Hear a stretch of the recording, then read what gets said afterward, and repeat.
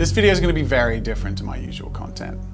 Actions speak louder than whatever he's saying. What he's doing is exactly that. Why would you want to do that? Like, why? These links were never put up. We're all we knew that wasn't right, but none of us said anything. This video is a video that I've put more work into than almost any other video on my channel. Because this video addresses some of the things that I find most important as both an artist and a content creator. I started this investigation almost 2 years ago, and part 1 was the tip of the iceberg. So buckle up, because Zach is joining me for part 2. And I have some pretty hard questions for him.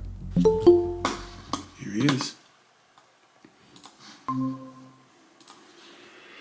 Hello? We're taking an in-depth look at the biggest art content creator on the internet, known as ZHC. Combined with his supplementary accounts, it makes for a multi-platform following total of 45,710,000. Our next guest makes giving back even more beautiful. ZHC is a comic artist known for his custom paintings on homes and schools and hospitals to spread joy. In part 1, I watched all of the content on his main YouTube channel up until the videos released in late 2019, which is also where his content started to drastically change, from art tutorials and being community focused to utilizing clickbait, money, giveaways, and flexing. I started investigating Zach's behavior almost 2 years ago because of allegations of dishonesty, uncredited work, and unfair treatment of collaborators and workers. These allegations, combined with my own interactions at the time, leaving me feeling very uncomfortable about Zach, left me feeling that there was something really important to explore here, with the feeling that Zach's behavior and influence might be damaging our community. I released part 1 on October 22nd last year, but the very next day, I was contacted by multiple art YouTubers Zach hadn't spoken to in years, telling me he was trying to talk to them and in some cases offering money for past mistakes or injustices.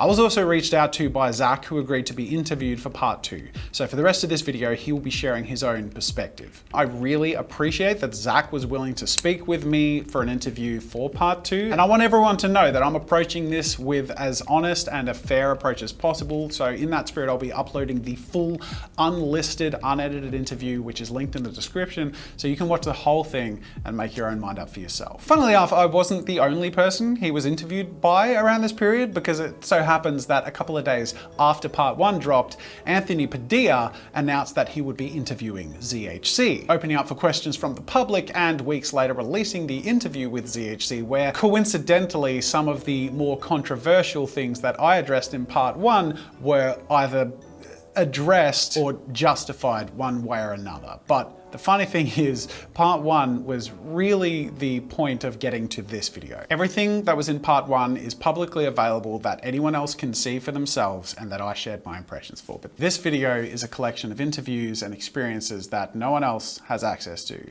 that I've collected over many years, that paint a much more full picture of who Zach is and how he deals with people.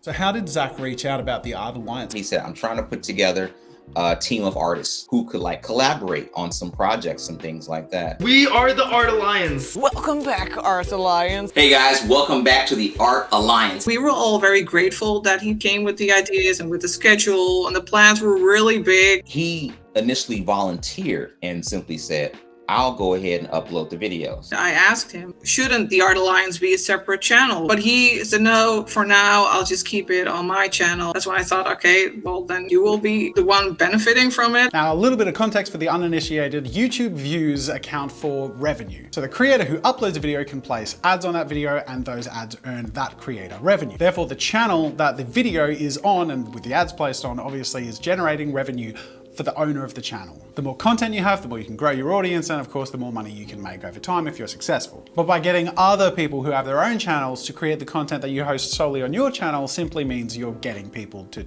work for free. So this, among other things, indicates to me that Zach really wanted to be the sole owner and the one who benefited the most from the Art Alliance. He would always message each of us individually.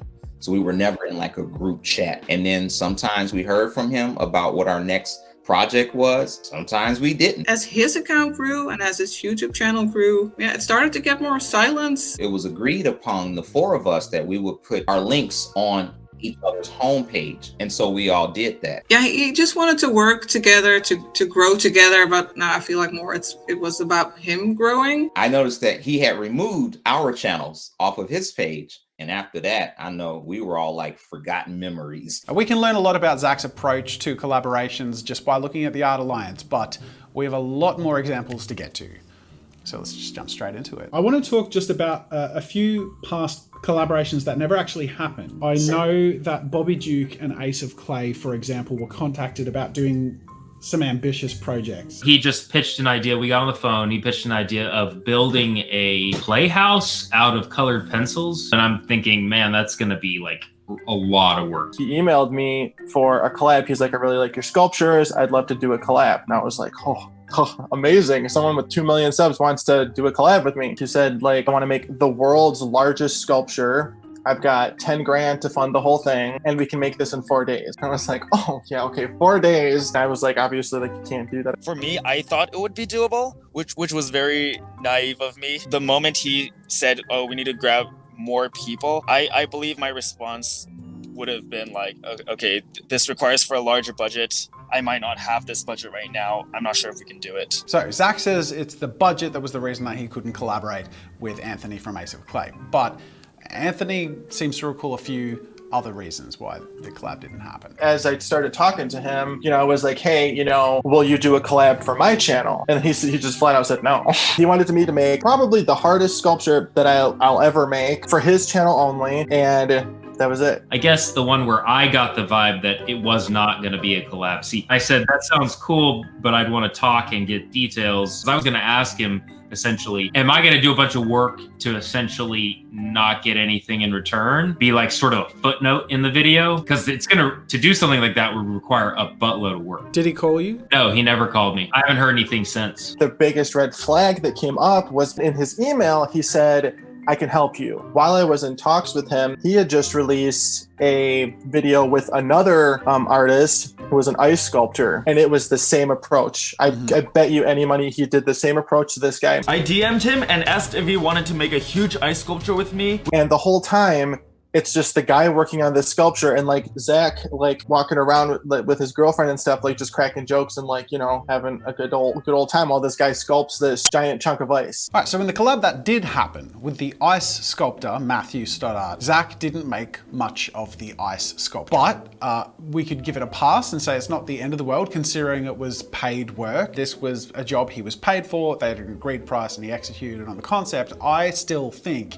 in a video like this that it would be a reasonable assumption that the content creator give the artist proper credit, right? When you look at the credits that he gives the ice sculptor, it's not in the description box. And I had to pause, freeze frame, go and see that guy's kind of work, where he gained practically no following whatsoever. This is the only credit ever given to Matthew, showing a screenshot of the artist's Instagram for a fraction of the video in a split second with the username in a tiny text at the top. Suffice it to say, this could have been a really great opportunity for Zach to give credit to the artist who made the entire video's outcome possible. So let's then move on to true collaboration, where money isn't supposed to be a factor, because the value being shared is each other's audiences. I mean, collaboration, in essence, is taking strengths from two different or more people and creating something better than what would have been done with one person, His collab always came first, and then when I wanted to do my video, then it's like, oh, we only have 1 day left, so that kind of rubbed me the wrong way. And he said, make sure we can film for your channels too. That was very much a prominent thing. He said we just ended up not having time because his challenge obviously took up so much time. I don't think that he was too focused on trying to build relationships. I think he was just in it for the subscribers. And I think that's the sad thing. I want to, be artist plus artist, make video, or like it's a collab and not like doing his work. Does Zach give proper credit to at least his collaborators? There were two videos that came out on your channel as a result of 3 people flying to your house. On the videos that were produced, there actually aren't links to their channels. Really? Huh. When I looked at the video that he released, there was no credit. These links were never put up. The collabs that he did with Ray and Chloe, he barely mentions them and stuff. You know what I mean? It's like, why would you want to do that? Like, why? What's the point? No links below. So you didn't get many subscribers? I didn't get literally any subscribers from it at all. I want you to soak this in for a second. Imagine flying interstate to spend a week working on 2 videos on someone's channel, sacrificing time you could be spending on your own channel and building your own audience. And as a result of working all day and all night and contributing to a majority of 2 videos, which accumulated over 42 million views, you receive next to no boost to your audience's growth. Neither of those 2 videos gave them links or direct credit. In the video, I believe it is text pop-up and that's their like YouTube name.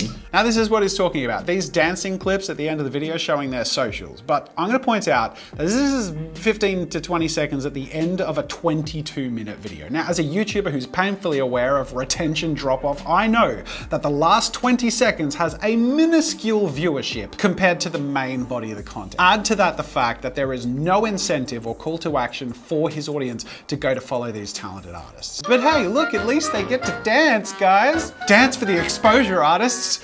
Dance. You're not getting it. Why is it that there are some videos where you link to people's content and then especially later on, most of the videos don't? I don't think I was consciously making a decision for that, but...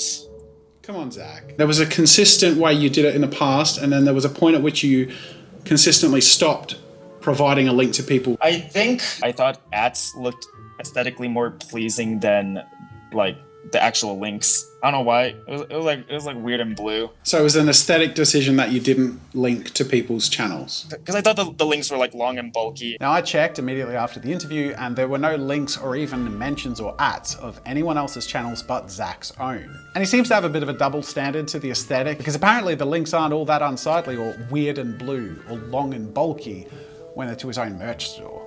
I mean, that looks great, you guys. Check it out. Now, while their expectations for fair credit as equal collaborators may not have been met, was that made up for from the content itself? I mean, after all, they were competing for a Tesla. So the prize in that video was purported to be the value of a Tesla. He mentioned on camera, the person that wins this will win a Tesla. And we were like, what? Wow. I was very excited when I saw the Tesla. That Tesla. It was a tie. So Zach proposed a 3-way split of the value of the Tesla between the 3 winners. So basically it was tied 3 ways. It was between him, Vex, me. We decided to start some negotiations for a truce. Let's just split it 3 ways. Will be the cost of the Tesla. Right, 3-way. Then off camera he goes, okay, so that's what we're gonna do. So I'll just do like the base model of a Tesla, which is $14,000. So I was like, oh, okay. And I said to Ray, did he say 40 or 14? And she said, he said 14. We're all kind of, we knew that wasn't right, but none of us said anything. But hang on a second, Zach.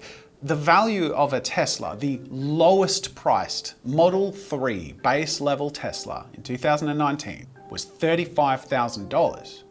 So where did he get the $14,000 number from? After the fact, you told the collaborators that the lowest value of the Tesla that you could find was $14,000 US. Where did you get that figure? And that was set off camera as far as I'm aware. I believe at the time I was looking on eBay and I believe that's like, it was either like really broken down or like barely working, but at the time I was like, okay, this is like the minimum I have to reach to like technically be the value of a Tesla. Last person to stop customizing a Tesla will win a Tesla.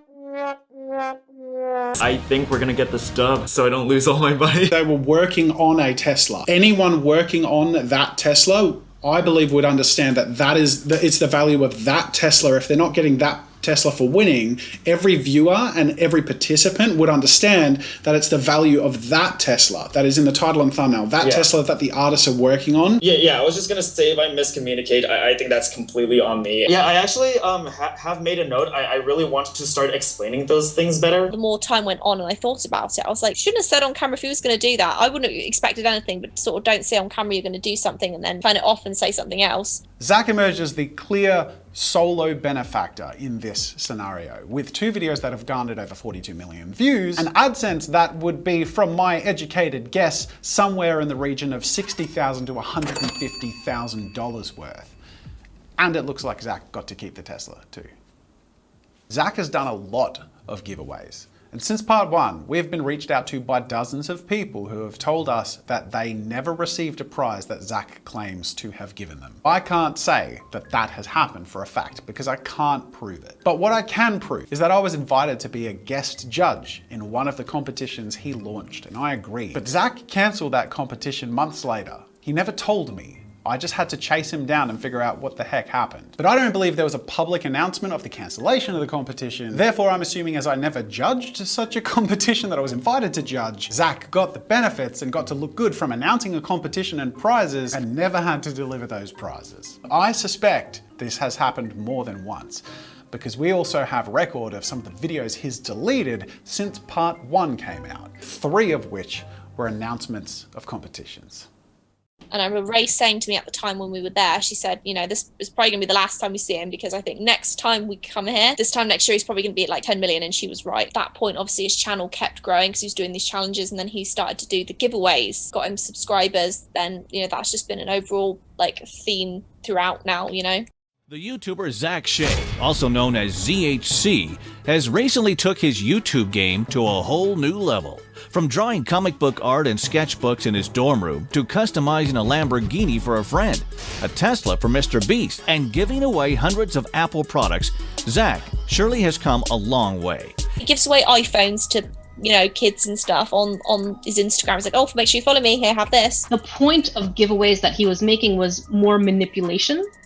It's like, if you subscribe, this is the kind of stuff that you can get. Not to mention all the cash prizes he's included in some of his challenges. No wonder Zach is getting millions of views every single day. There's a lot of decadence and just flexing your wealth going on. I think it's, I don't know, kind of irresponsible because it can instill a sense of insecurity in kids. They're trying to live vicariously through people they look up to, and these people are, you know, with the power they have, are being poor influences on younger people. Later in his career, he collaborated with big YouTubers and TikTok stars, which also helped his channel. For instance, the customized Tesla to Mr. Beast, or all the giveaways to the famous TikTokers like Charlie, Addison, Avani, and Chase Hudson. Zach went to the Hype House and surprised all these famous TikTokers with custom gifts. In his videos, he's got to give something expensive to someone that's already got loads of money and probably already has the item, just to have their face in it, like holding it. But that's the thing, is that's what's being rewarded. Now it's more focused on what celebrity he can customize a Louis Vuitton bag for. Do you prioritize working with more popular creators? Your focus shifts to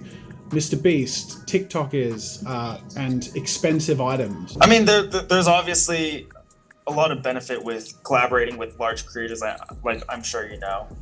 I think it's just a natural progression, but I wouldn't say it's like more important than smaller creators. Hey, what's up, Zach? How's it going, bro? Hey. So you're the guy that painted the Hype House bus? Yeah, we just wanted to surprise the Hype House with something, and a bus was like the next thing up. He got a DM because he reached out to James Charles, and he finally answered. We're like in the car, he's in front of me, like, yo, look, check who I'm gonna collab with. It's at this point that many of the people that I interviewed that had anything to do with Zach shared that communication with him pretty much disappeared. It's clear that his focus was on getting the attention of the most popular content creators on YouTube and TikTok and Instagram and wherever else he could get it. You give rich person items to rich people. What's the point other than being able to use them for the thumbnail? That's the goal, because actions speak louder than whatever he's saying. I think it's also kind of like the LA scene. Everything is about how many subs, how many views you get, like everything. It's like they're not real friends. If your subs and views go away, they will go away. Like, I'm sure of it. Do you still consider yourself a part of the art community? That's not for me to say. That's kind of more for like the community to say, you know what I mean? Yeah, I view him as like in the YouTube community, but not specifically in the art community. I don't even view him as part of the art community anymore, because he doesn't really involve himself in it. He just involves himself in, you know, obviously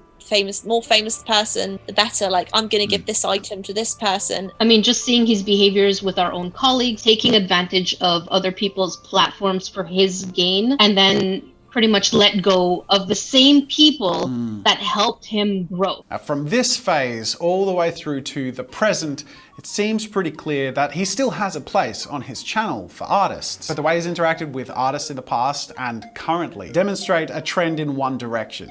that other talented people do the majority of the work to create videos that get a lot of money and attention for Zach's benefit. In your current videos, do the people who create art for the custom hospital, the custom house, all these large projects, are they employed by you? Yes, they, like in the hospital, for example, those are my employees. My agreement with my employees and and what we do, I like to keep that private as well, because that's like my employee contracts, and I don't want to like leak stuff between me and my employee, but no, yes, they are employees. Now let me clarify that I'm about to speak my opinion based on my observations. Call it speculation. I believe his employees are being put under the same intensity of pressure that Zach has been known to put on himself. In many cases, much, much more. And as Zach has earned his way to the top, he may feel like he's earned his place and no longer has to draw for 50 hours without breaks or participate in extreme and uncomfortable challenges. But now, the staff he has engaging with these challenges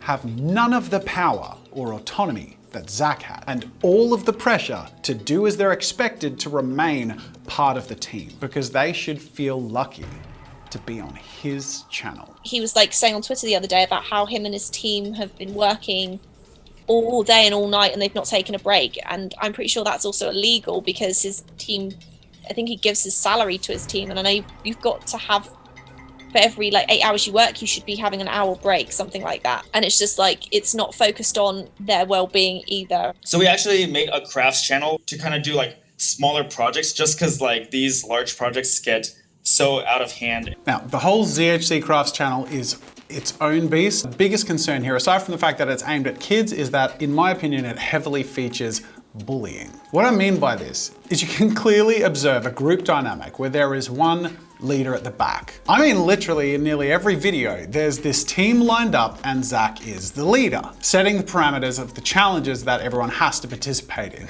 The problem I start to see is when one person isn't pulling their weight, it's really clear to see that group dynamic turn on them. Mackenzie's done. Jazz is just about done. You got it, Viv.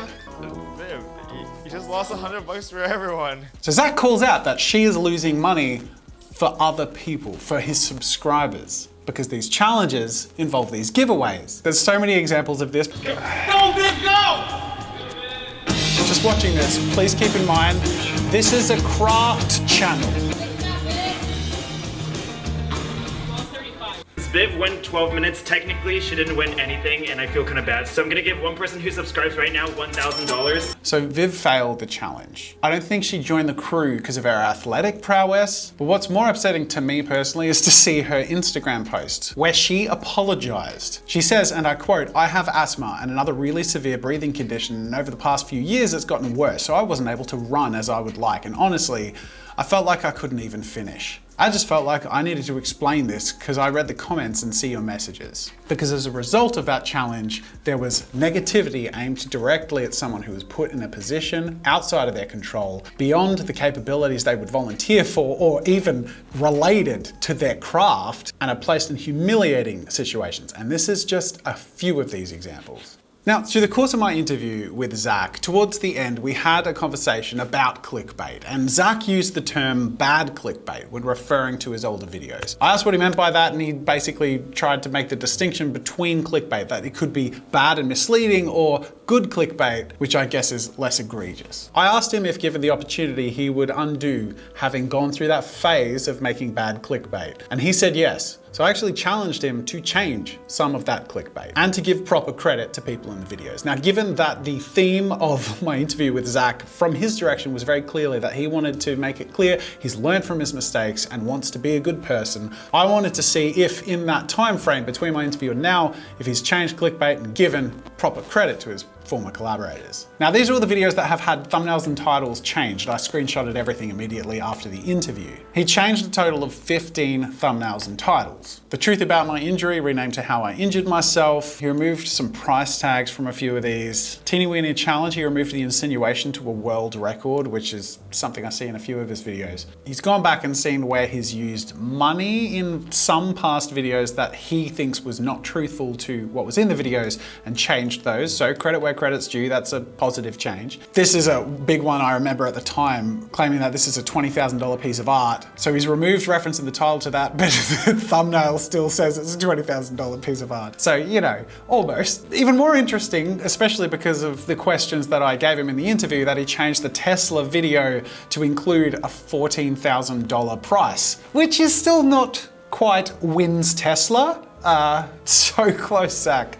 So close. But I feel like it's almost. It feels to me like a token change to show that he's done something. And he has done something. On the left are screenshots of the original descriptions, on the right are the ones that he's updated since our interview. He's given some links to some of these people, but not all of the collabs have links to all of the people in the collabs. And mind you, we're talking years after these collabs took place and tens of millions of views, of uncredited views. So it's not nothing. He's done something, but to a degree, I feel that honestly, sometimes it's too little too late. At the start of part one, I shared my honest opinion about Zach, but held it back to share with you at the end of going through all of this. I want to see if my opinion of Zach is fair. My opinion on Zach, ZHC, is that he is extremely driven. He understands how to get people to click on a video and to make that super entertaining. And he uses what he's got, which is art skills and an understanding for creative flair. I feel icky about the way he seems to use or utilize people, both collaborators and people he gifts things to in videos, to further himself. Okay, my honest opinion is I was soft on Zach. I think Zach has used people a lot. I think while he indicates and expresses that he wants to change and be a better person, he continues to do the same thing where he doesn't think he's being watched, and he continues to use people, both his viewers and his staff and colleagues, to further himself. And I think that's wrong. I think there's definitely a learning curve, and from the years I've done YouTube, I think there's like so many like personal life lessons and takeaways, and at the end of the day, I want to be the best person I can be.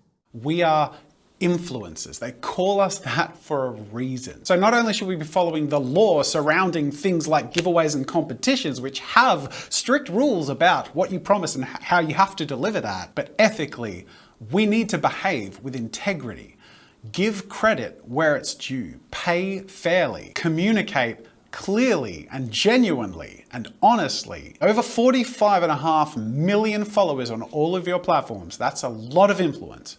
So with that comes a huge responsibility. And I'm done. I really needed to get that out of my system.